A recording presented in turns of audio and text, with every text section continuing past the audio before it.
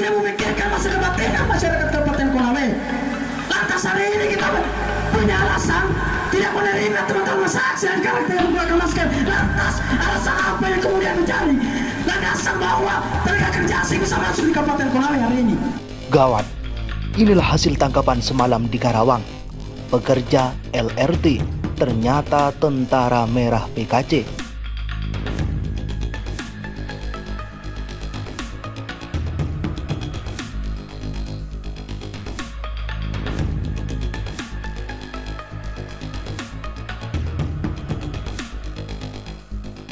Teori domino Cina adalah mereka akan mulai membangun kekuatan ekonomi di negara kita. Kedua, memasukkan senjata secara ilegal. Ketiga, memasukkan orang. Ini dari mana orangnya? Pernah kita sensus tidak orang-orang ini? Jadi saya curiga bahwa di pemerintah kita pernah kemasukan mereka-mereka ini yang menyiapkan satu gerakan mengembalikan komunisme, karena kita ingat tahun 65 itu bukan komunis Rusia. Kita putus hubungan dengan RRC karena mulai dari situ hubungan Bapak Subandrio pada waktu itu. Jadi ada aparat-aparat kita yang pengambil kebijaksanaan di pemerintah, bahkan legislatif kita sudah kemasukan, dan sudah mereka bisa memutuskan dan mengambil kebijaksanaan. Ini yang harus kita bersihkan.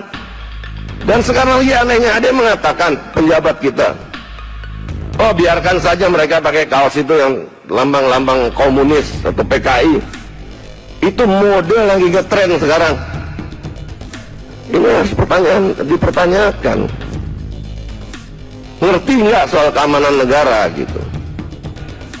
Apabila pemerintah melalui aparatnya tidak bisa menegakkan hukum di negara ini, maka kita bersama-sama akan menegakkan hukum kepada mereka-mereka yang Pancasilais. PKI sedang berlatih terus. Selama 2004 sampai 2014, 13 angkatan pasukan merah berlatih. Mereka berangkat ke Beijing.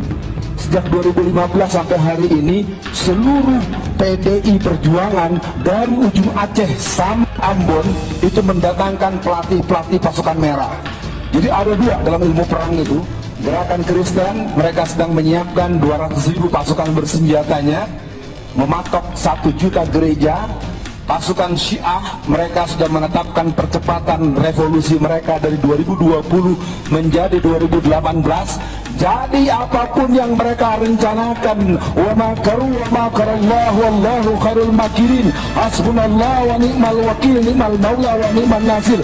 Allahu Akbar. Kita di sini tegas, seluruh yang bicara dari Pak Jenderal, dari Ketua Perwakilan Dewan Dakwah, semua kita menegaskan untuk pergerakan kita membangun Indonesia NKRI bersyariah di bawah komando Habib Rizik sebagai pemimpin perjuangan Islam negeri kita. Allahu Akbar.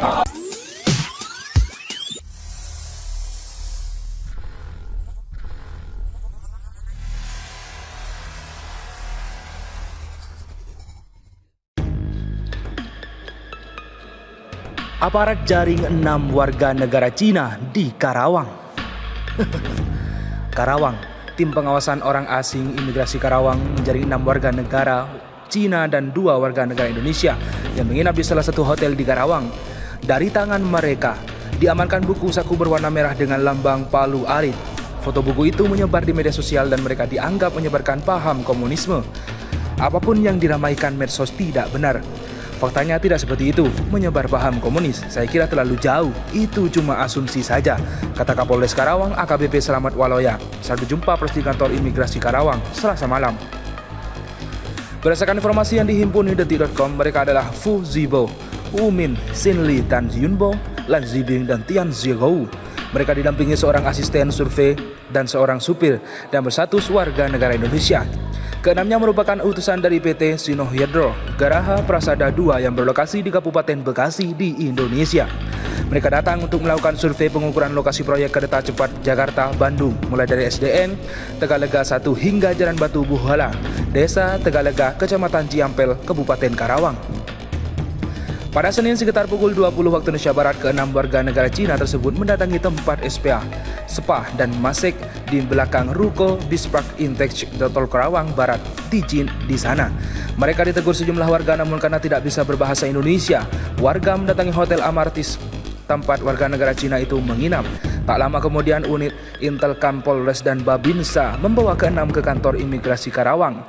Selamat Waloya mengimbau masyarakat untuk bijak menggunakan media sosial. Kepada yang upload, kita berpedoman pada Undang-Undang ITE. Apabila ditemukan indikasi tindak pidana, akan kita proses sesuai aturan yang berlaku, ujar Selamat. Informasi warga Cina yang menyebarkan faham komunis di Hadetik.com diunggah di grup medsos Karawang Info. Akun Vidi, Sextesru, dan Muhammad Pandu Gaskins menyebar unggahan pemilik akun Fahrul Uluma Akbar. Unggahan itu mendapat 190 like, 119 komentar, dan 37 kali dibagikan. Selain menyebar foto buku berlogo komunis milik warga negara Cina itu, ia menambahkan keterangan, "Waspadai komunis Cina masuk Karawang" atau NKRI. Ini dari mana orangnya? Pernah kita sensus tidak orang-orang ini? Jadi saya curiga bahwa di pemerintah kita pernah kemasukan mereka-mereka ini yang menyiapkan satu gerakan mengembalikan komunisme, karena kita ingat tahun 65 itu bukan komunis Rusia. Kita putus hubungan dengan RRC karena mulai dari situ hubungan Bapak Subandrio pada waktu itu. Jadi ada aparat-aparat kita yang pengambil kebijaksanaan di pemerintah, bahkan legislatif kita sudah kemasukan, dan sudah mereka bisa memutuskan dan mengambil kebijaksanaan. Ini yang harus kita bersihkan. Dan sekarang lagi anehnya ada yang mengatakan penjabat kita, oh biarkan saja mereka pakai kaos itu yang lambang-lambang komunis atau PKI. Itu model lagi ngetren sekarang. Ini harus dipertanyakan. Ngerti nggak soal keamanan negara gitu? PKI sedang berlatih terus. Selama 2004 sampai 2014, 13 angkatan pasukan merah berlatih. Mereka berangkat ke Beijing. Sejak 2015 sampai hari ini, seluruh PDI Perjuangan dari ujung Aceh sampai Ambon itu mendatangkan pelatih-pelatih pasukan merah. Jadi ada dua dalam ilmu perang itu.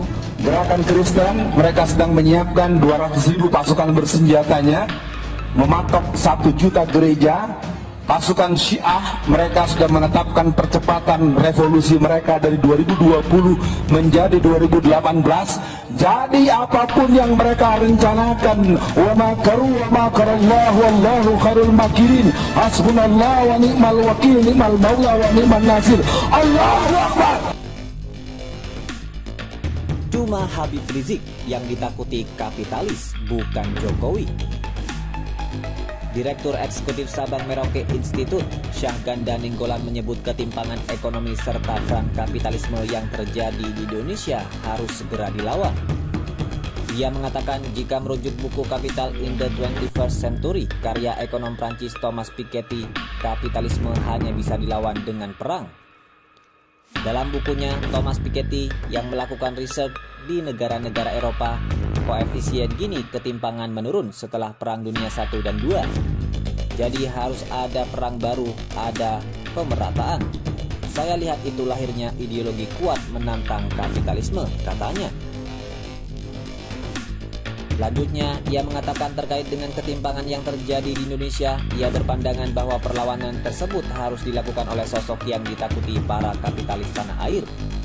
Ia menyebut sosok tersebut adalah Imam Besar Front Pembela Islam atau FPI Habib Rizik Syihab. Menurut keyakinan saya, hanya satu yang ditakuti di Indonesia sampai saat ini. Tahu nggak siapa? Habib Rizik, bukan Jokowi, tegasnya. Apapun yang diramaikan medsos tidak benar. Faktanya tidak seperti itu. Menyebar paham komunis, saya kira terlalu jauh. Itu cuma asumsi saja, kata Kapolres Karawang AKBP Selamat Waloya saat berjumpa pers di kantor imigrasi Karawang Selasa malam. Berdasarkan informasi yang dihimpun di Detik.com, mereka adalah Fu Zibo, Umin, Sinli, Tan Yunbo, Lan Zibing, dan Tian Zihou. Mereka didampingi seorang asisten survei dan seorang supir dan berstatus warga negara Indonesia. Keenamnya merupakan utusan dari PT Sinohydro Garaha Prasada II yang berlokasi di Kabupaten Bekasi di Indonesia.